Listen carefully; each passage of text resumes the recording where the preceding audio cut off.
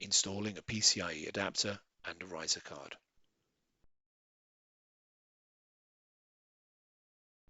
Fasten the 2 screws to secure the riser card to the bracket.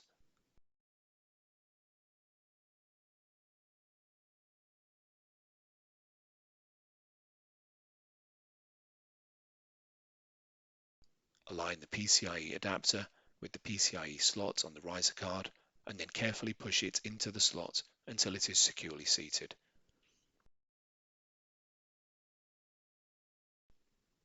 Close the retention latch. If necessary, connect the cables to the PCIe adapter.